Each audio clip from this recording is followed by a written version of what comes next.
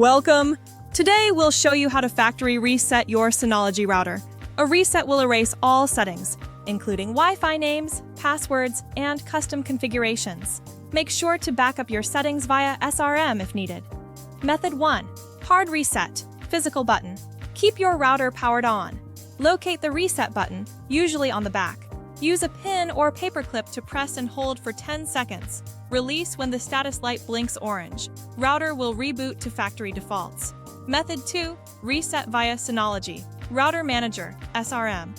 Open a browser and go to routersynology.com or your router's IP. Log in with your admin credentials. Go to Control Panel, System, Reset. Choose Reset to Factory Default. Confirm and wait for the router to restart.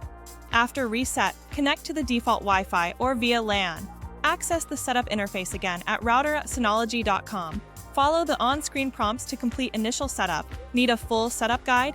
Visit http://synologylog.com. Like, comment, and subscribe for more router tips.